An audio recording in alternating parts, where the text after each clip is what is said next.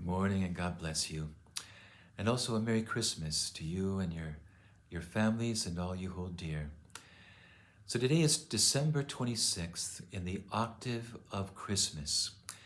And it's always on this day that we celebrate the feast of the first martyr, the very first Christian martyr, the deacon Saint Stephen.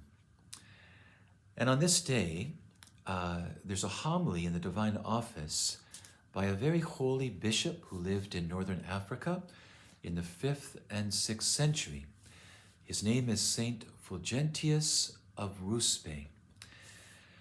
And I want to read to you this beautiful sermon. And as I read it, please note the connection that this bishop makes between Stephen and Christ and the birth that we celebrated yesterday. And then also the connection between Stephen and St. Paul. It's a very beautiful message, and this is why, rather than offering my own reflection today, I want to offer you this beautiful homily, which is worth hearing and worth pondering. And notice how he highlights love in this sermon. So here's what he says. Yesterday we celebrated the birth in time of Christ our eternal King.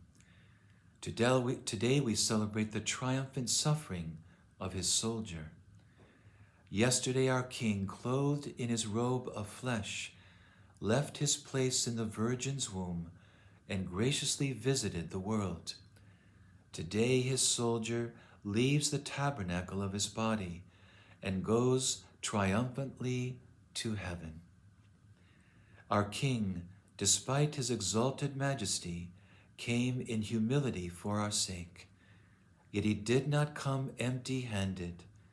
He brought his soldiers a great gift that not only enriched them, but also made them unconquerable in battle.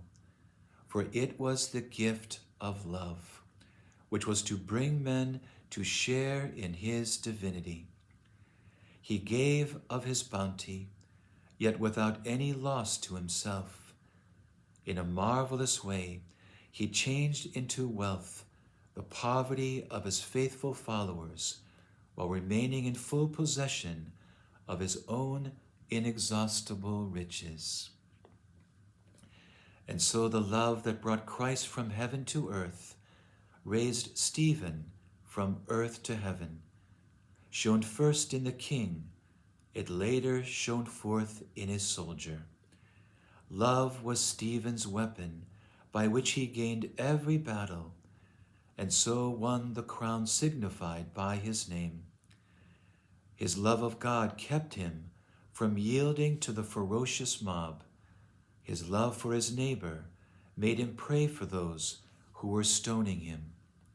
Love inspired him to reprove those who erred, to make them amend. Love led him to pray for those who stoned him, to save them from punishment. Strengthened by the power of his love, he overcame the raging cruelty of Saul and won his persecutor on earth as his companion in heaven. In his holy and tireless love, he longed to gain by prayer those whom he could not convert by admonition. Now, at last, Paul rejoices with Stephen. With Stephen he delights in the glory of Christ. With Stephen he exults. With Stephen he reigns. Stephen went first, slain by the stones thrown by Paul. But Paul followed after, helped by the prayers of Stephen. This surely is the true life, a life in which Paul feels no shame because of Stephen's death. And Stephen delights in Paul's companionship, for love fills them both with joy. It was Stephen's love that prevailed over the cruelty of the mob, and it was Paul's love that covered the multitude of his sins. It was love that won for both of them the kingdom of heaven. Love indeed is the source of all good things. It is an impregnable defense and the way that leads to heaven. He who walks in love can neither go astray nor be afraid. Love guides him, protects him, and brings him to his journey's end. My dear friends, Christ made love the stairway that would enable all Christians to climb to heaven. Hold fast to it in all sincerity and give one another practical proof of it, and by your progress in it, make your ascent together. Isn't that beautiful? And so hopefully this sermon can inspire us to realize that the most important thing that we do today is love. And to do it one moment at a time. To ask ourselves the question, how can I put love in this moment? How am I called to love in this situation? And let's always remember that when we fail, when we give in to weakness and to sin, let us not stay down. With Christ, let us repent.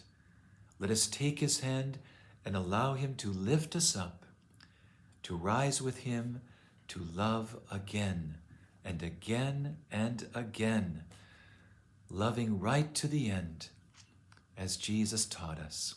So God bless your day, and I'll see you next time.